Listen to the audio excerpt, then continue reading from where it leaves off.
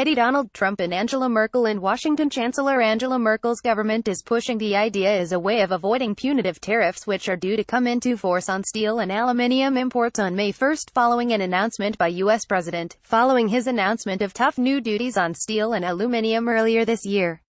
With time almost up, the chances are the tariffs will come into force. Mrs. Merkel and French President Emmanuel Macron both visited the White House last week, but failed to change Mr. Trump's mind on the subject.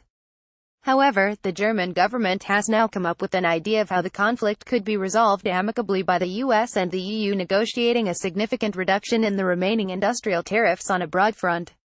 Proponents hope to sell the plan to Mr. Trump by stressing that it would allow him to tout it as a success which would offer improved export opportunities for a variety of US products at home.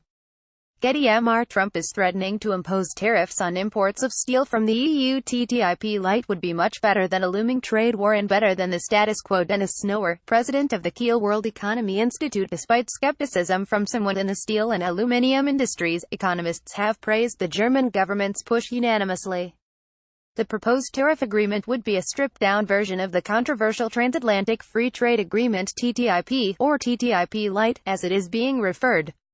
The ambitious trade agreement was put on hold not long after Mr. Trump officially took office in early 2017. Dennis Snower, president of the Kiel World Economy Institute, said, TTIP light would be much better than a looming trade war and better than the status quo. Gabriel Felbermayr, head of the Center for Foreign Trade at the Munich IFO Institute, stressed, in fact, a free trade agreement with the U.S. could be part of a solution. Andreas Freitag, economics professor at the Friedrich Schiller University Jena, thought it would be preferable to offer Mr. Trump a negotiated solution than to ask for leniency for the EU. He explained, in that sense, TTIP light would be a real step, especially since tariff reductions in this country would benefit us. It's also an improvement over the status quo, because such an agreement not only keeps transatlantic relations alive but creates a positive momentum, which can be crucial in the long-term post-Trump period. Our steel and aluminum industries, and many others, have been decimated by decades of unfair trade and bad policy with countries from around the world.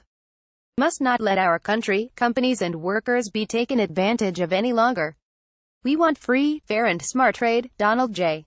Trump, at Real Donald Trump, 1 March 2018. Michael Huther, director of the Cologne Institute for Economic Research, said, this way Trump's critique is translated into a mutual treaty solution. This is how we come back to rule-based and WTO-compliant procedures. Nevertheless, the obstacles to TTIP light are considerable, with no guarantee of EU member states agreeing to the idea.